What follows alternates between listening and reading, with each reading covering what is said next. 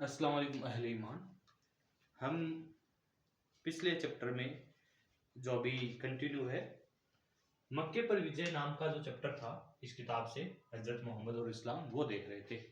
इसके अंदर हमने देखा कि जो सुलह हुदैबिया थी ना, उसका जब वॉयलेशन हुआ और एक कबीला था बनी खुजवा है, उस पर कुरैश ने आक्रमण कर दिया, तो सुलह हुदैबिया टूट गई जो 10 साल के लिए थी। और जब वो सुलह टूट गई तो फिर उन बनी खुजवा है की तरफ से मक्के के ऊपर अटैक के लिए हमारे नबी पाक जाते हैं 10,000 आदमियों के साथ। लेकिन ये अटैक दुनिया में एक अलग ही मिसाल कायम करता है। इसमें कोई खून नहीं बहाया जाता, इसमें किसी तरह का टॉर्चर नहीं किया जाता, और ये सारी चीजें हमने पिछले में देखी है। इसके बाद हम ये देख रहे थे कि एक विजेता की हैसियत से, एक फातेह की हैसियत से जब हमारे नबी पाक मक्के में इंटर करते हैं, तशरीफ लाते हैं, तो किस तरह से होता है। तो मैं थोड़ा सा पीछे से ले रहा हूं। दोपहर की नमाज के बाद मोहम्मद सल्लल्लाहु अलैहि वसल्लम ने उपदेश दिया। उसके बाद कुरैश के सरदारों ने मोहम्मद सल्लल्लाहु अलैहि वसल्लम को अपना सरदार मानते हुए अपनी पिछली भूलों के लिए दुख जताया। मोहम्मद सल्लल्लाहु अलैहि वसल्लम ने जवाब दिया, हाँ, आज मेरी तरफ से आप लोगों के ऊपर कोई इल्जाम नहीं रहा। अल्लाह आपको माफ कर देगा, वह सब दयावानों से बढ़कर दयावान है, यानी रहमानुर रहीम है। इसके बाद मोहम्मद सल्लल्लाहु अलैहि वसल्लम ने उन्हें कुरान की ये आयत पढ़कर सुनाई, बुराई का इलाज भलाई से करो।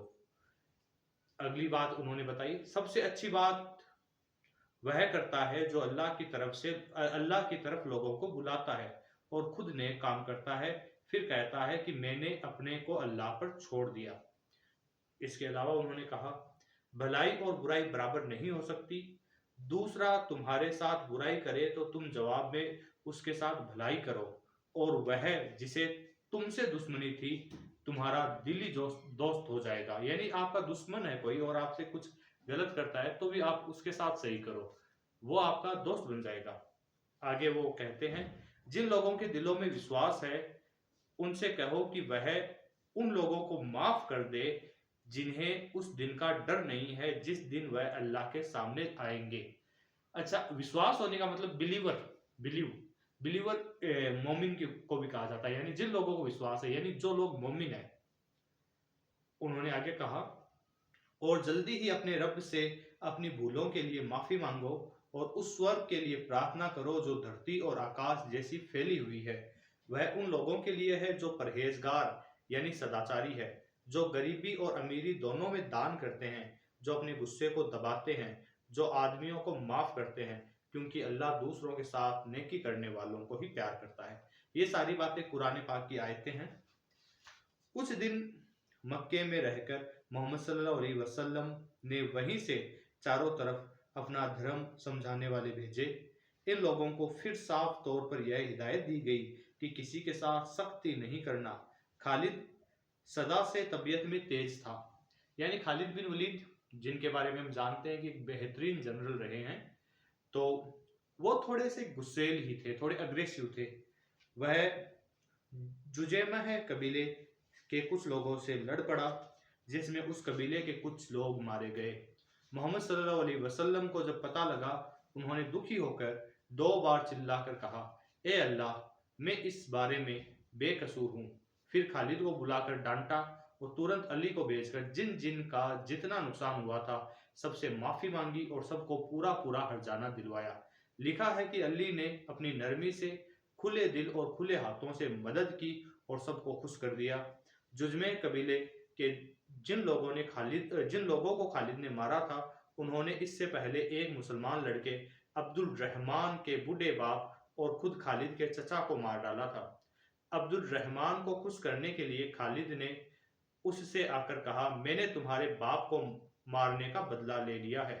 लेकिन मोहम्मद सल्लल्लाहु अलैहि वसल्लम बदला लेने का मना कर चुके थे।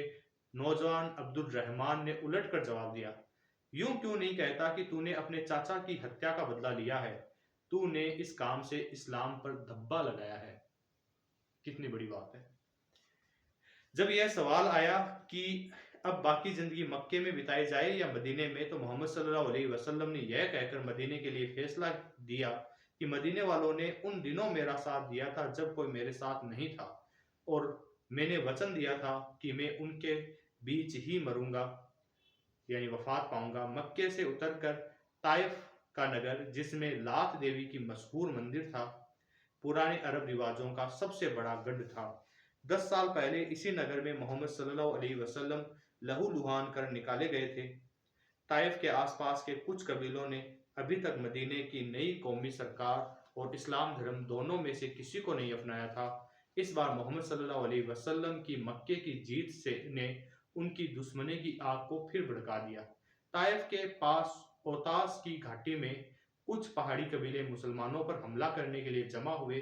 मोहम्मद सल्लल्लाहु अलैहि वसल्लम मक्के से रोकने के लिए निकले और हुनैन और ओतास की लड़ाइयों में बहुत कम खून खराबी के बाद नई कौमी सरकार के खिलाफ इस अंतिम झगड़े को भी ठंडा कर दिया गया।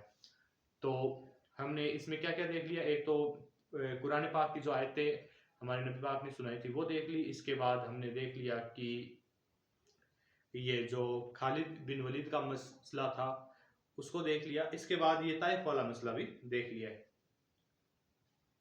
इन लड़ाइयों में दुश्मन को मारने की जगह मुसलमानों ने मोहम्मद सल्लल्लाहु अलैहि वसल्लम के आदेश से उन्हें सिर्फ पकड़ कर लाने की हिम्मत की।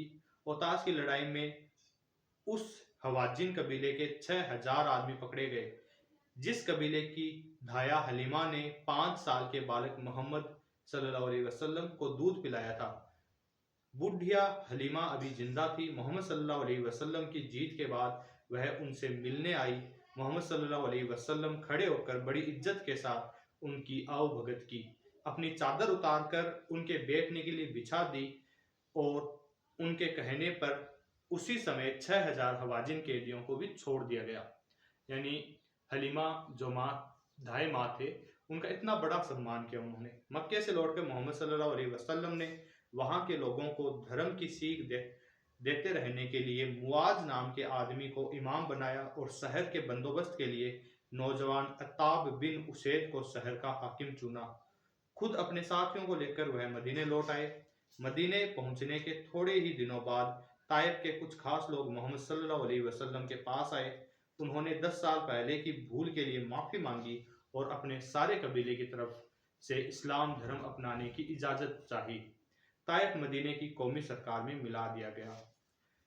चलो, ये मक्के के ऊपर जो विक्ट्री थी, जो विजय थी, उसका चैप्टर कंप्लीट हुआ। इसके बाद में एक कबीला था, तई कबीला। तई को हम ताई भी बोलते हैं।